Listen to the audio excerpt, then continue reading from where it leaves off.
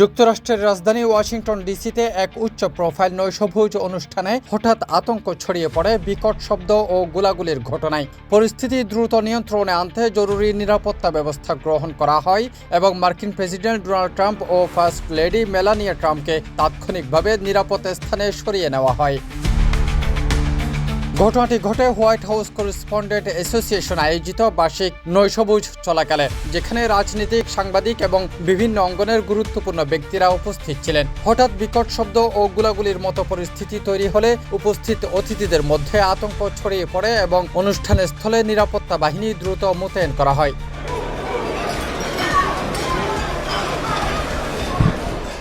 ঘটনার পরপরই president Donald Trump সাংবাদিকদের উদ্দেশ্যে বলেন, এই হামলার সঙ্গে ইরানের কোনো সংশ্লিষ্টতা নেই বলে তিনি মনে করেন। যুক্তরাষ্ট্র ইসরায়েল সম্পর্ক বা সম্ভাব্য ভূ রাজনৈতিক উত্তেজনার প্রেক্ষাপটে এই হামলার কোনো যোগসূত্র রয়েছে কিনা এমন প্রশ্নের জবাবে তিনি স্পষ্টভাবে জানান, আমি তা মনে করি না। প্রাথমিকভাবে ধারণা করা হচ্ছে ঘটনাটি স্থানীয় কোনো নিরাপত্তা ঝুঁকি বা বিচ্ছিন্ন সহিংসতার অংশ হতে পারে। তবে তদন্তকারীরা বিষয়টি গুরুত্বের সঙ্গে খতিয়ে দেখছেন এবং হামলার প্রকৃত কারণ উদ্ঘাটনে কাজ করছেন। CTG post, Chittagong.